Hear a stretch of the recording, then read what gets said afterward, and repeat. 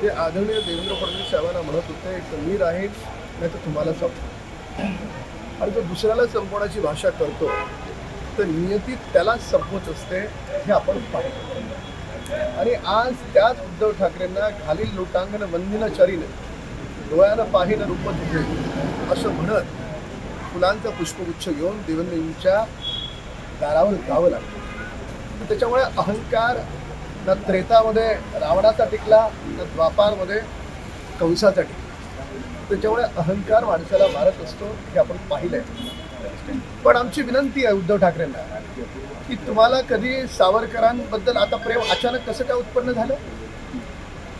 मागची 5 वर्ष राहुल गांधी सावरकरांचा अपमान करतो त्यावेळेस तुमचं सावरकरांचं प्रेम तुम्हाला आठवलं नाही, आता अचानक आठवलं। म्हणजे सरडा जसा क्षणाक्षणात रंग बदलतो तसं हे रंग श्रीमान उद्धव ठाकरे बदलत आहे। आता नेहरूंना पण सोडायचं नाही आहे ना आणि सावरकरांना आता पकडायचं नेमकं काय? त्याच्यामुळे ही उबाटा ही कन्फ्यूज पार्टी